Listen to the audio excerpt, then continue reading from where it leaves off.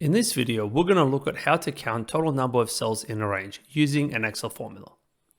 In this example, we have a table that ranges from cell B2 to D10, which has values and blank cells. And what we're going to do here is to return the total number of cells in this range, regardless if the cell contains a value or if it's empty. The way we do this is through the use of the rows and columns functions. The rows function returns the total number of rows in a range, and the columns function returns the total number of columns in a range. What the formula does here is calculate the number of rows and columns in a range, and then multiplies the results to get the total number of cells in a range. Let's enter the formula into cell F3.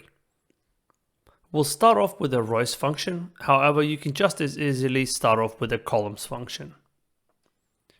Equals rows, open parentheses. We'll select the entire range here across rows and columns, which is from B2 to D10, and complete the rows function with the closing parentheses. This would return the total number of rows in the selected range. Then we'll multiply this by the number of columns, and that's derived by using the columns function. So let's enter this into the formula. With times columns, open parentheses. And we'll select the exact same range as we did with the rows function, which is from B2 through to D10. And then complete the formula with the closing parentheses.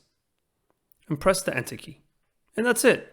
The formula is now returning the total number of cells in the given range. I hope you found this video useful.